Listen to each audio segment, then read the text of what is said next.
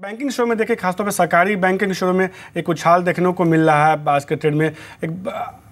सबसे बात है कि वित्त मंत्री तरफ से भी कुछ बयान इस तरह से आए हैं कि मर्जर से पहले जो है एसबीआई के मर्जर के बाद जो एक दो बैंकों का और भी मर्जर संभव हो सकता है। पिछले दिनों ये खबर आई थी कि एसबीआई के एसोसिएट्स बैंकों का जो उनके साथ मर्जर हो सकता है। उसके बाद जो हमने देखा तो उन तमाम शेयरों में तेजी देखने को मिली थी।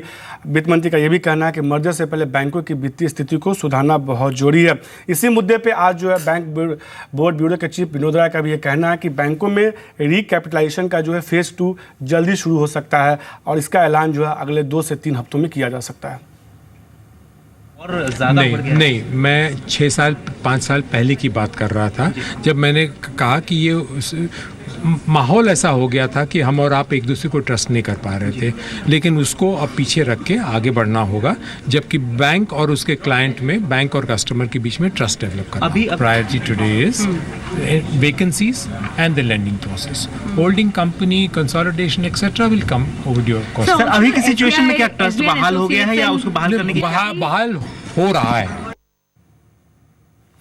कहीं ना कहीं जल्द से जल्द जो है रिकैपिटलाइजेशन जो है फेज़ 2 का शुरू किया सकता है, ऐलान किया सकता है। हमने देखा भी था पिछले दिनों जो रिकैपिटलाइजेशन का बजट में जो रकम का ऐलान किया गया था 25,000 करोड़ का, वो सफिशिएंट नहीं था क्योंकि अब बैंकों के एनपीए जो हैं वो कुछ बैंकों के एनपीए इससे ज़्यादा निकल के सामने आ रहे हैं।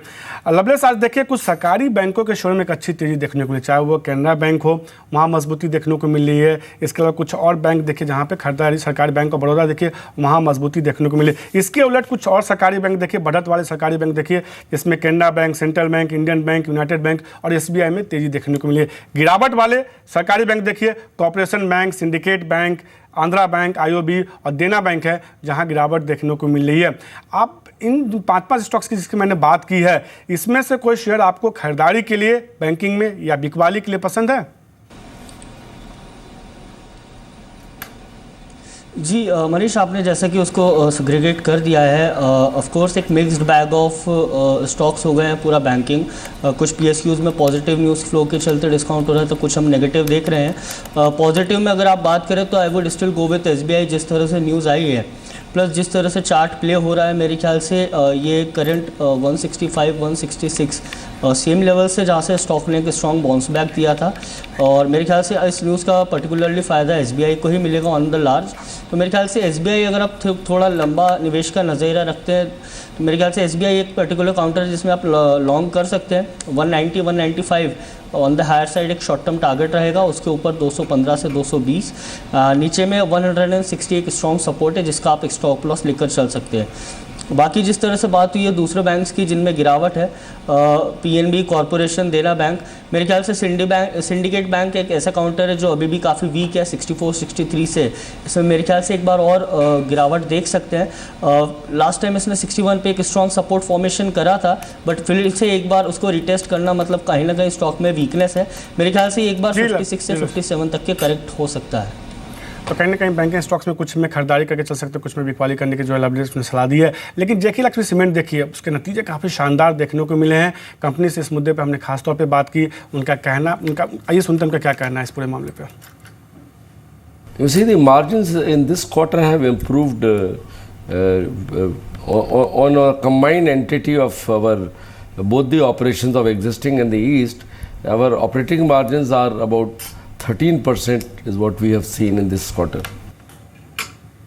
देखिए, वॉल्यूम में हमारी एक्सपेक्टेशन है कि हमारी ग्रोथ 15 से 20% की हमारी वॉल्यूम अपनी ग्रोथ होना चाहिए, क्योंकि हमारी मार्केट की ग्रोथ मैं 7% पे पैक करता हूँ। मैं अपनी ग्रोथ ज़्यादा एक्सपेक्ट कर रहा हूँ क्योंकि जो ईस्ट में हमने 100% कैपेसिटी यूटिलाइजेशन अचीव किया, ये हमने लास्ट क्वार्टर में किया है, और ईयर एज अ होल वहाँ पे 70% का हमारा कैपेसिटी यूटिलाइजेशन था। तो वो करेक्शन अब साल भर हमको वो फुल प्रोडक्शन जब मिलेगा तो हमारा ओवरऑल वॉल्यूम का ग्रोथ होगा। सेकेंडली, हमारा एग्जिस्टिंग मार्केट में भी हमने अपना गुजरात में नया ग्राइंडिंग यूनिट का काम हमारा कंप्लीट हो गया है, ट्रायल रन चल रहे हैं। तो मुझे उम्मीद है कि इसी महीने से हमको कमर्शियल प्रोडक्शन इस मंथ के अंत तक मिल जाएगा, मई के एंड तक। कहीं ना कहीं आने वाले उनको लगता है कि वॉल्यूम ग्रोथ में एक अच्छा खासा इजाफा देखने को मिल सकता है।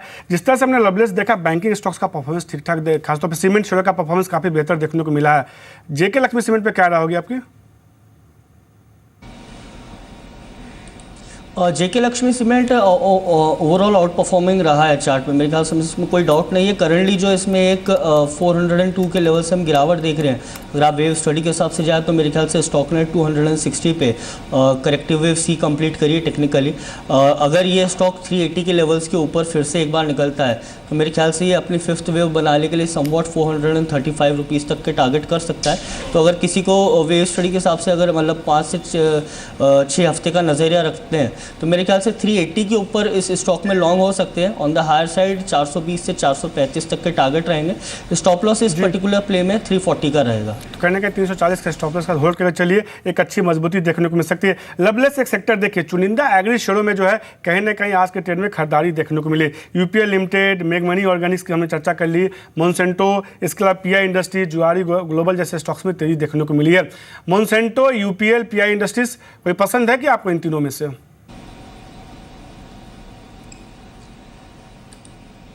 जी, यूपीएल की हमने पहले भी बात करी। करंट स्टॉक 577 पे आ रहा है। अगर आप डेली चार्ट देखें तो समवॉट एक रिवर्सल हो रहा है चार्ट पे। मेरे ख्याल से इस स्टॉक में आप फिर से एक रिवर्सल प्ले का बेनिफिट ले सकते हैं। 550 के स्टॉप लॉस के साथ आप इसमें एंटर हो सकते हैं। ऑन द हायर साइड आप एक टारगेट 595 रख सकते हैं। दूसरा, जुआरी ग्लोबल आपने एक काउंटर डिस्कस करा है। मेरे ख्याल से प्योरली बॉटम रिवर्सल प्ले है, रिस्क रिवॉर्ड थोड़ा सा फेवरेबल है।